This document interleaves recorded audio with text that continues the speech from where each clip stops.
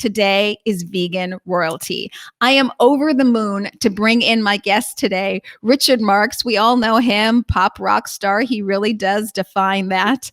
And Daisy Fuentes, I'll say supermodel, model, TV host, but really I want to say business props out to you because I think she's got brains and beauty all wrapped into one. Such an extraordinary businesswoman. It's not an all or nothing thing, because I think it can be very intimidating. It was gradual for us.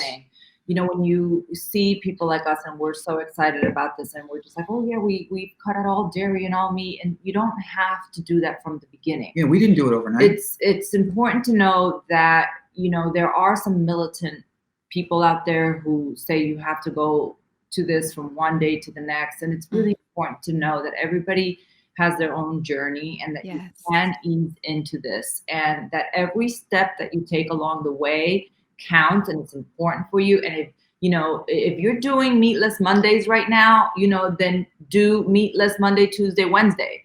And the more that you do, the better it is for yourself. And if you want to be vegan 98% of the time, that's fantastic. Yeah. Every little and bit if helps. You want to be vegan and one time you want to have pizza with cheese on it, then that's okay. That doesn't make you a horrible person. It's part of your transition. The time will come when you will feel it's right for you to completely take that step, and for some people it takes a week, for some people it takes a month, for some people it takes a year.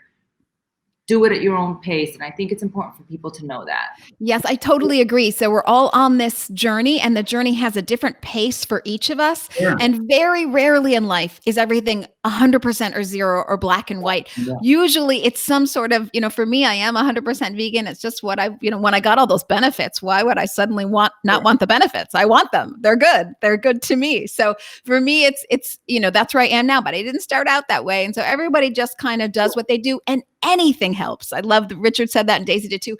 Anything helps. You just make the progress you can make for you. The rest follows. And I always say that when I was younger, I would look at exercising and eating and dieting from a vanity standpoint just because I wanted to look good and fit. It's a good motivator. It was a good motivator. And as I got older and I look at anti-aging and health, I do it still for vanity, but more for longevity, because as I get older and I look at the pattern of aging and the problems that everyone has as they get older into their 50s, 60s, and 70s, and now we're living longer than ever, but we still have the same chronic illness, having surgeries and going into the hospital, the same kind of illnesses that everyone has ever had, and it comes from the foods that we're eating. Yes. So I'm thinking to myself, why would I not want to change that? Why do I want to wait until I get sick to change that?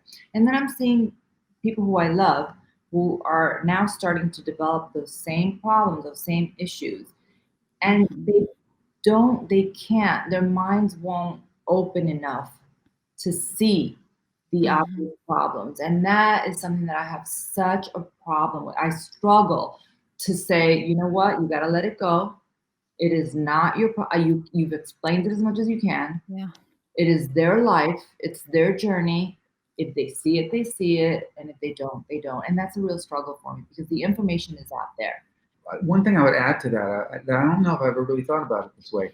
I think that maybe some of the resistance or the pushback that you mentioned is frankly from people who look at celebrities or higher profile people who are vegan, and they think that, oh, well, it's easy for them because they're wealthy or they have private chefs or they go to private gyms.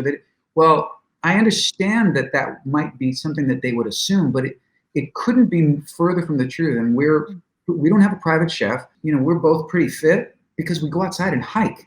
Mm-hmm. Anybody can do that. Yeah. Other than that, I think that the word that sort of needs to get out is that you don't have to be wealthy or successful to do the things that we are doing. Yeah. Or it costs more, to maybe spend a little bit more for organic now, or your doctor bills in the future. Exactly. This is what I always say. It's so expensive to be sick. So a lifetime of pills to lower your cholesterol, I mean, that's going to be extremely expensive in addition to all the visits and the care and the extra hassle. Plus, you're not really getting more out of your life. Right. You're still hampered with what you've got. You haven't fixed it. You've just masked it. If they knew that they could reverse and eliminate some, if not all of their chronic illness, simply by changing their diet, I think they would do it.